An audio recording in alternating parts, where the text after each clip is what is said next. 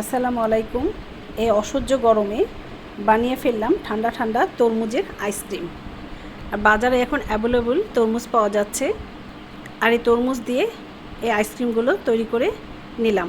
তো এই আইসক্রিমগুলো তৈরি করতে লাগবে আমার একটা তরমুজ।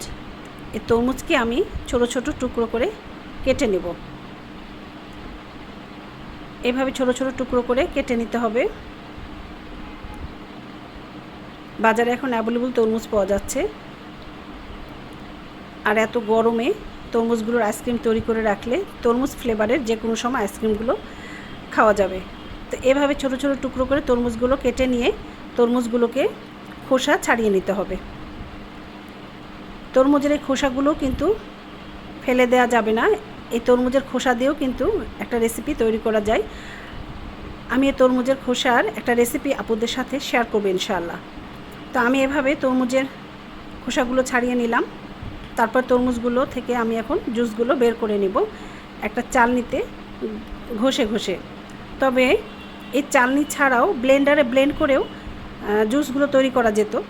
সেক্ষেত্রে ব্লেন্ডারে ব্লেন্ড করার পরে একটা চালনিতে করে অথবা একটা কাপড়ে চিপে জুসগুলো ছেঁকে নিতে হতো, যেহেতু বিচি আর ছোবড়াগুলো থাকে। তো আমি যেহেতু চালনিতে ঘষে জুসগুলো তৈরি করেছি, এই জন্য আমাকে আলাদাভাবে আর কোনো এটাকে ছেঁকে নেওয়ার জন্য প্রয়োজন পড়েনি।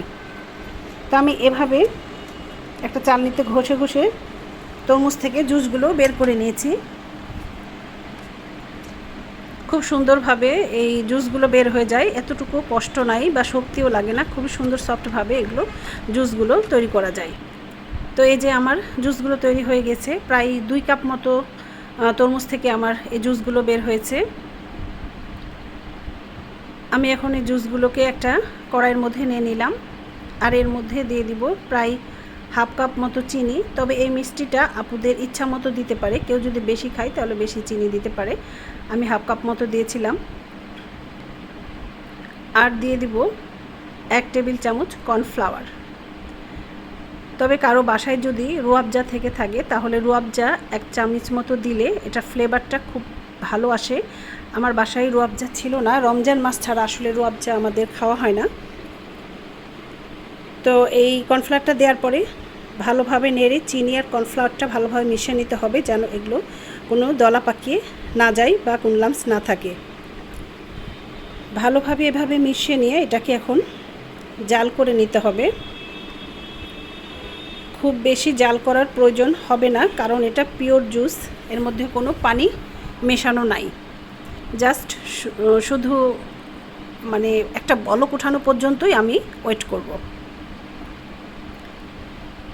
এই যে আমার জুসটাতে বলক উঠে গিয়েছে, এখন আমি এটাকে জালটা বন্ধ করে এটা আমি নামিয়ে নিব। এই যে আমার জুসটা হয়ে গিয়েছে, এটাকে এখন নেড়ে নেড়ে এটাকে ঠান্ডা করে নিয়ে আমি একটা আইসের মল্টে ঢেলে নিব।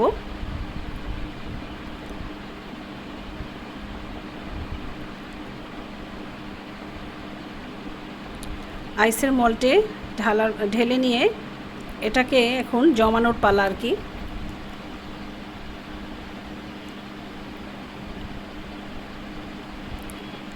এটা 5-6 ঘন্টার জন্য ডিপে রাখতে হবে।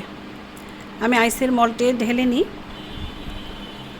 এটা যে কোনো বাটিতে ঢাললেও হবে, কোনো কাপে জমালেও হবে, যে যেটাতে পারে সে সেভাবে জমালেই হবে আর কি।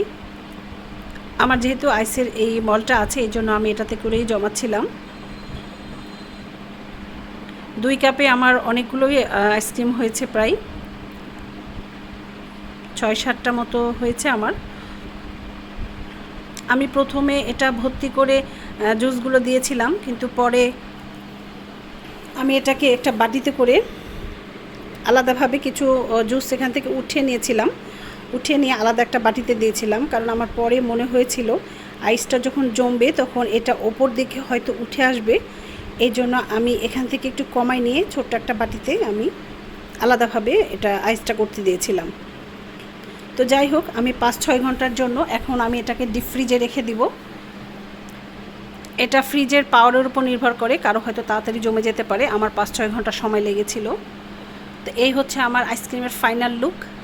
খুবই মজাদার, এবং খুবই ইয়াম্মি হয়েছে। আইসক্রিমগুলো দেখতে যেমন মজার, খেতেও তেমন টেস্টি। তো আপুরা যেহেতু এখন অনেক অ্যাভেলেবল তরমুজ পাওয়া যাচ্ছে, আপুরা একবার এই আইসক্রিমটা তৈরি করে দেখো। যদি তোমাদের ভালো লাগে তো শেয়ার করে দিও, আমার জন্য দোয়া করো। সেই পর্যন্ত তোমরা ভালো থাকো। আল্লাহ হাফেজ।